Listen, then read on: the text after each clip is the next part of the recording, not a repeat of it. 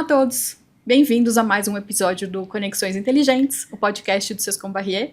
Eu sou a Viviane Rodrigues, especialista em Direito do Trabalho, e por conta disso estou aqui hoje em mais uma edição do Trabalhista Convida. Hoje recebendo a Júlia Pazos, que é sócia do nosso time de Tecnologia e Inovação.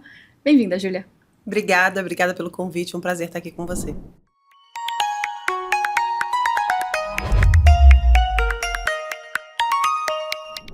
Hoje a gente vai falar de um tema aí que trouxe um pouco de confusão nos últimos meses, que é uma lei nova que saiu agora em janeiro. Notei aqui o número para não errar, a Lei 15.325, que dispõe sobre o exercício de profissão de multimídia e traz aí os influencers digitais para a discussão jurídica. Quando saiu essa lei, a imprensa trouxe aí como se a gente tivesse uma regulamentação diferente da que foi feita efetivamente, como se todos os influenciadores agora tivessem direito à carteira assinada, e já dando um spoiler aqui, não é bem esse o nosso entendimento. Mas para a gente falar de qual é o nosso entendimento, então queria perguntar para a Júlia o que essa lei efetivamente traz de novidade. Bom, na verdade, eu acho que a lei, ela não traz muita novidade, ela acaba regulando, trazendo para um panorama mais jurídico uma profissão, quer dizer, várias profissões que já existiam há muito tempo, mas que não eram reguladas. Então, o que a lei faz é caracterizar um profissional multimídia, que é um profissional que trabalha com diversas gamas, mas que estão muito relacionadas ao mundo digital. Então, a gente está falando de criador de conteúdo, influencer, social media, videomaker, todo esse mundo que está muito relacionado à economia da criação digital, dos criadores de conteúdo, a famosa Creator Economy. Então, no fim, a lei ela não traz tanta novidade. O que ela faz é regular algo que não estava regulado ainda. Quais que são as atribuições desses profissionais? Bom, isso daqui eu vou ter que ler minha colinha, porque são muitas coisas, e a lei ela é bem específica. Acho que só vale falar que o mais importante pra gente, que a gente vai focar bastante daqui pra frente, são em dois pontos, que é o influenciador e o social media. Mas o que a lei fala? Ela fala que esses profissionais multimídias têm várias atividades, incluindo criação de portal, site, rede social, interface interativa, publicação digital, animação, jogos eletrônicos e soluções audiovisuais, desenvolvimento e criação de conteúdo, coleta, pesquisa, avaliação, seleção, interpretação e organização de fontes, criação, edição e tratamento envolvendo textos, fotografias, imagens, sons e animações, roteiros, vídeos e outros meios. Ou seja, é algo muito amplo, com muitas atividades e que acaba expandindo muito também a atividade daqueles profissionais que trabalham com a economia digital. Então a gente já entendeu que tem uma gama enorme, mas a gente vai focar aqui em influenciador digital. E antes de entrar nesse tema especificamente e falar um pouquinho mais do que a lei faz em relação a esses profissionais, eu já vou adiantar o que a lei não faz. Acho que eu já dei esse spoiler um pouquinho antes. A lei não cria vínculo de emprego para influenciador digital. Essa regra não mudou. Eventualmente a gente vai discutir aqui, né, que a gente pode discutir vínculo de emprego para influenciador, mas não vai ser em decorrência dessa lei. O que a lei faz aqui é conceituar efetivamente características dessa profissão. Eu acho que um ponto importante aqui é que quando alguém contrata um influenciador digital, ela não está contratando uma pessoa que só faz um post, por exemplo, de alguma coisa. Está contratando a experiência daquela pessoa, está contratando a forma como ela se comunica, a comunidade que ela tem, o que ela cria para aquela comunidade, e isso está muito mais próximo de uma economia digital, de um formato de trabalho diferente do que aquele que é um formato CLT tradicionalzão.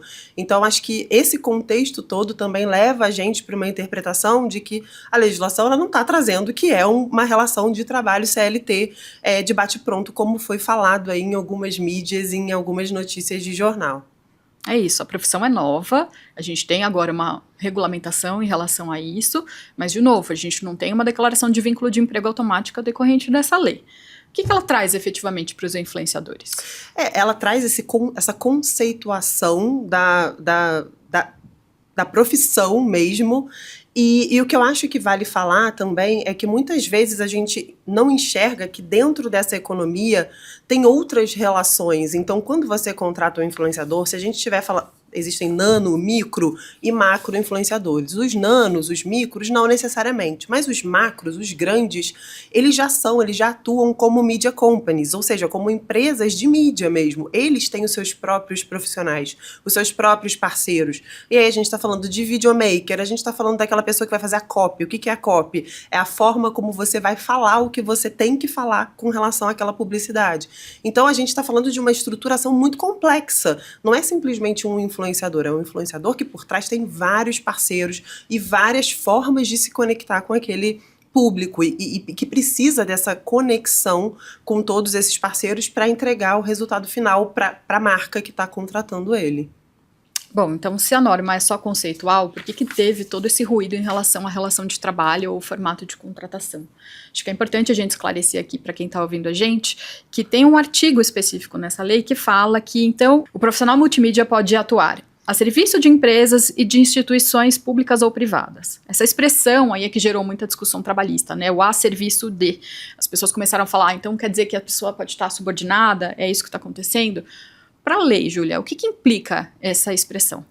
Olha, aqui na nossa percepção, a serviço de significa que ela vai trabalhar para demonstrar alguma coisa daquela empresa, que pode ser uma empresa privada, uma empresa pública, e não necessariamente, até pode dar um cheiro, uma sensação de que há um vínculo, mas não é o que diz a lei.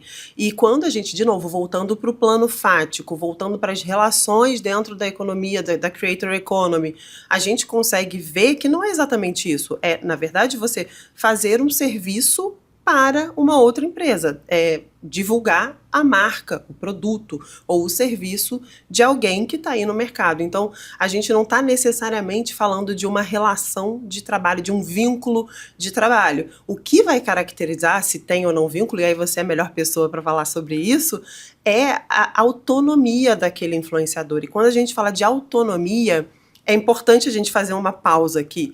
O influenciador, como eu disse, você contrata o influenciador pelo público que ele tem, pela forma como ele se comunica, pelo conteúdo que ele cria, né? Você acha que ele traz aquele conteúdo de alguma forma relevante, importante, que impacta o consumidor. Então, na maioria das vezes, você preserva a autonomia do influenciador justamente para que ele conecte a sua marca com aquele público que você está interessado.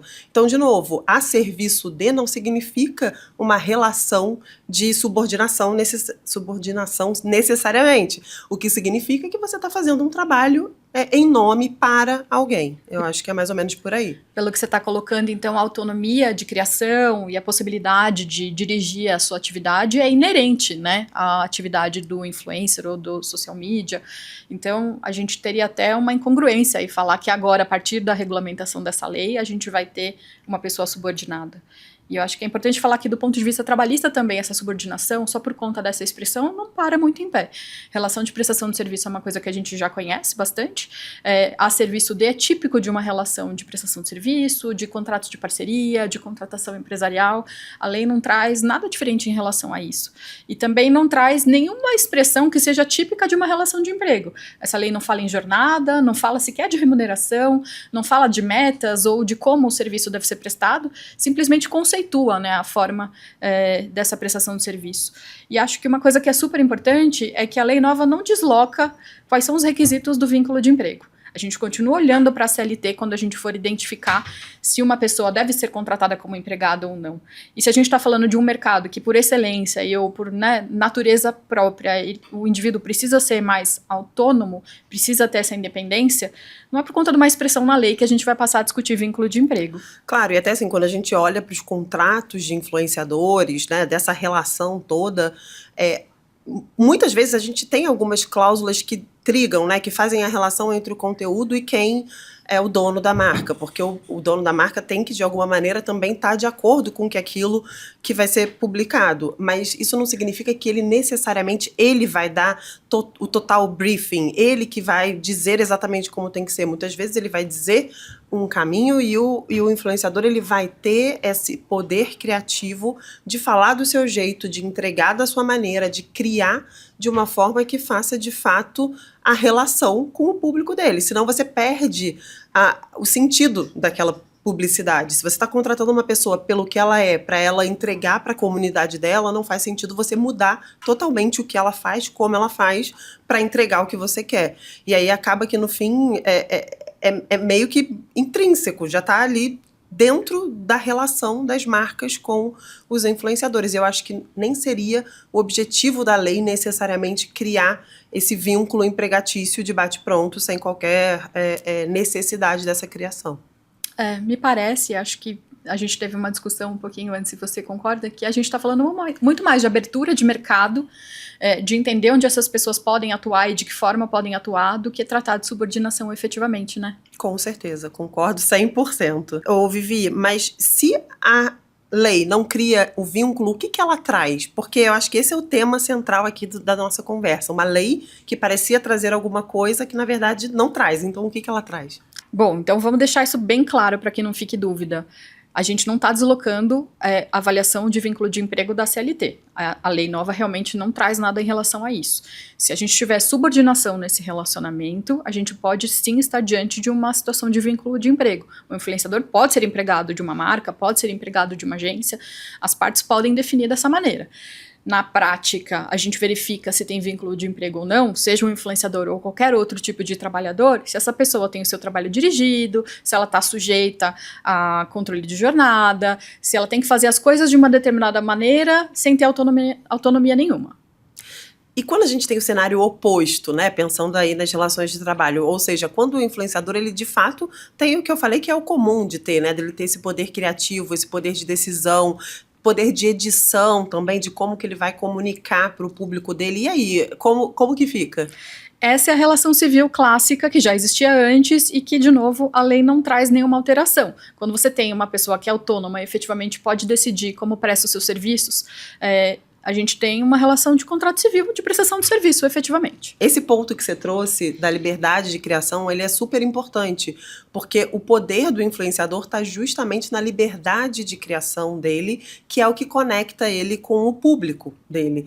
Então, no fim do dia, se a marca tem muita ingerência na forma que o influenciador se comunica, você acaba até esvaziando o poder de comunicação e, na verdade, você esvazia a forma que o influenciador teria de fazer a marca se disseminar e chegar naquele público. Então esse é um ponto super relevante que eu acho que quando a gente lê a lei, a gente não tem essa percepção tão clara. E eu acho que talvez por isso houve uma confusão. As pessoas acharam que existia ali uma relação CLT, uma relação de trabalho, quando na verdade a gente está regulando uma profissão que já existia, vários profissionais que já atuam há muitos anos, mas que não tinham isso regulamentado juridicamente. E é isso, né? Não tem contrato bem escrito, ainda que com todos os termos da nova lei, que vá te eximir de ter um risco trabalhista se você tiver essas características que são tão contrárias a esse tipo de profissão. E é por isso que a gente acha que essa lei não deve impactar tanto as relações de influencers assim. Então agora vamos explorar um ponto aqui que é super relevante para quem trabalha com influencers, que é a cadeia de contratação. Como que ela funciona nesse caso? Bom, a cadeia de contratação, ela é simples, mas ela pode ser complexa. Ela segue bastante a cadeia de contratação do mercado publicitário mesmo, né? Então, não muito raro a gente tem uma marca que contrata uma agência, essa agência pode contratar uma agência de influenciadores e aí essa agência de influenciadores faz a seleção e o contato com o influenciador, que é o melhor para representar aquela marca para aquela ação específica. Mas também, muitas vezes, a gente tem a própria marca contratando diretamente o influenciador. E aí, o que eu acho que é importante a gente falar, que quando a gente está olhando para um contrato dessa cadeia toda, pode ser um só, ou podem ser 2 ou 3, dependendo do formato, eles normalmente vão se falar, eles se integram, e são contratos que antigamente eles eram muito simples, eles eram mais assim, para falar da necessidade de postagem, quantas vezes, o que faz, como que faz, sem se importar com muitas coisas que hoje em dia a gente olha com muita cautela. Então, um contrato que rege essa relação com influenciadores, seja via agência, seja via marca, sempre vai falar de propriedade intelectual, de quem é a titularidade daquele conteúdo que está sendo produzido, se você pode usar ou não inteligência artificial para produzir conteúdo e como que vai ser esse uso. E se tiver uma violação de um direito de terceiro, quem é o responsável? É a marca? É o influenciador? São os dois? E se tiver uma crise reputacional que muitas vezes acontece, que a gente está falando de pessoas em suas redes comentando diversos assuntos. E se tiver um incidente relacionado à política com um influenciador que é o embaixador de uma marca? Então, tudo isso tem que estar refletido no contrato para que a gente tenha a relação muito bem estabelecida e que a gente saiba quais são as saídas que a gente precisa no momento que a gente tenha questões.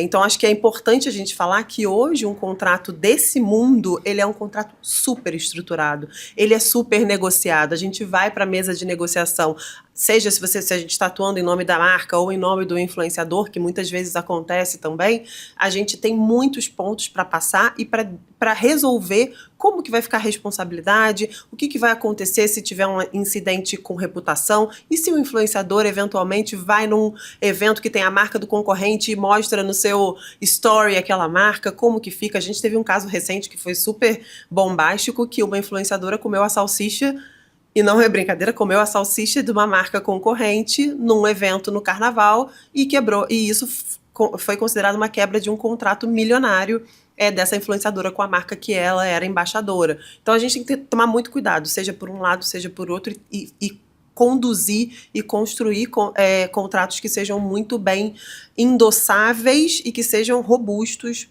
tanto para a marca quanto para o influenciador. E acho que aí tem uma pergunta bem importante, que está bastante linkada a isso que você acabou de falar, que é em relação à responsabilidade, né? Você já falou que isso tem que estar previsto no contrato, mas tem alguma coisa na lei específica? A marca ou o anunciante pode ser responsabilizado por um ato do influenciador? Olha, a lei não fala nada, não determina isso especificamente. Eu acho que aqui, de novo, a gente vai ter as travas contratuais, mas também tem muito a ver com a forma com que a marca se comporta com relação àquele influenciador. Então, de novo, vamos falar de ingerência de conteúdo. Se ela cria o briefing, se ela faz o conteúdo, se ela escreve o que o influenciador vai ter que postar, publicar, e ele publica e tem alguma repercussão ou algum incidente, aquela marca possivelmente vai ser responsável por aquilo. Então, a responsabilidade vai depender muito da forma como a relação entre o influenciador e a marca é conduzida. E aí, quanto mais ingerência a marca tem sobre o conteúdo, obviamente, possivelmente, mais responsabilidade ela vai ter naquela postagem ou naquele conteúdo que foi veiculado. Agora, um ponto importante que a gente sempre traz para os contratos as marcas também, elas precisam ter uma responsabilidade na criação desse conteúdo com o influenciador. Então, dividir, entender a questão da reputação, o que pode, o que não pode, conduzir de forma conjunta para diminuir essa responsabilidade. E aí tem também um trabalho de clearance das próprias marcas, que muitas vezes é feito pela agência de influenciadores, porque se você usa um influenciador que é muito polêmico, pode ser que aquilo gere para você uma responsabilidade que você não queria. Então, você tem que ter também uma governança na forma de contratação dos seus influenciadores, seja via agência ou seja diretamente, para que você não tenha, para que você diminua esse risco de responsabilidade como marca. E aí, para os influenciadores também é super importante que eles tenham responsabilidade no que falam. A gente tem também uma outra legislação que não vai ser objeto aqui da nossa conversa, mas que determina que os influenciadores não podem falar sobre alguns assuntos, a não ser que sejam especialistas, e aqui eu estou falando de mercado financeiro, de saúde. Então, falar de um medicamento, prescrever um medicamento em rede social sem que você tenha ali a especialização para aquilo, pode ser um problema e pode gerar responsabilidade tanto para a marca quanto para o influenciador. E aí a questão da ingerência, que pode aumentar, então, a exposição da marca em relação ao influenciador, também vai trazer exposição trabalhista, a gente já comentou. Se essa pessoa estiver sendo efetivamente dirigida, você pode ser responsabilizado do ponto de vista trabalhista, mas isso também não depende muito dessa cadeia de contratação, depende de como as partes se portam nesse relacionamento no dia a dia. E aí acho que isso que é interessante, né, que essa lei traz uma faca de dois gumes, como a gente brinca, né? Ela traz uma clareza conceitual muito grande para o que essas pessoas podem e não podem fazer, mas também expõe juridicamente mais agora discussões a respeito desse tema. Então a gente pode ter aí mais discussões trabalhistas ou discussões sobre responsabilidade, porque agora está muito claro o que essas pessoas podem fazer na prática. Ju, para encerrar, então, considerando tudo que a gente falou aqui nessa nova lei, né, nesse episódio, o que as empresas que trabalham com influencer precisam fazer depois de ouvir a gente conversar? Olha, tem um ponto que a gente não falou, mas que eu acho que é super relevante, é que as empresas que olham os influenciadores só como mídia, elas precisam se atualizar. O influenciador, ele não é mídia. A creator economy, ou seja, essa economia dos criadores de conteúdo, ela é uma forma de influência, ela é um mercado muito bem estruturado e que pode refletir em várias coisas. O influenciador, hoje em dia, ele não olha só para remuneração. Ele, muitas vezes, ele quer um equity, ele quer um percentual no licenciamento do produto, ele quer ter o seu co-branding, ou seja, criar junto com a marca.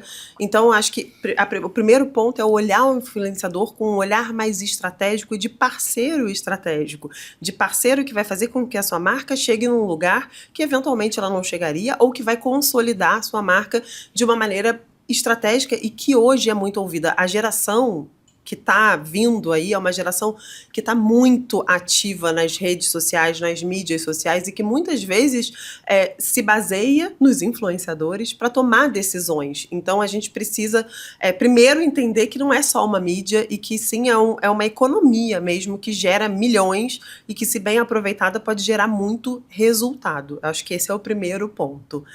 O segundo ponto são os contratos. Então, de novo, se a gente está falando de uma economia que gera milhões, que pode fazer com que a sua marca eventualmente chegue num público que não chegaria, a gente tem que pensar em contratos muito bem estruturados, contratos que reflitam o que na prática acontece e não sejam contratos também mirabolantes e que estejam em consonância também com essa nova legislação, né? Então vamos determinar exatamente o que o profissional está fazendo. Eventualmente é um contrato para social media e não para influenciador. Vamos chamar da forma correta. Então acho que também aproveitar que a gente tem uma legislação que está aí dando a base para esses contratos e fazendo com que a gente tenha mais robustez para eles e usar isso para a gente ter um contrato que pare em pé e que seja bem robusto.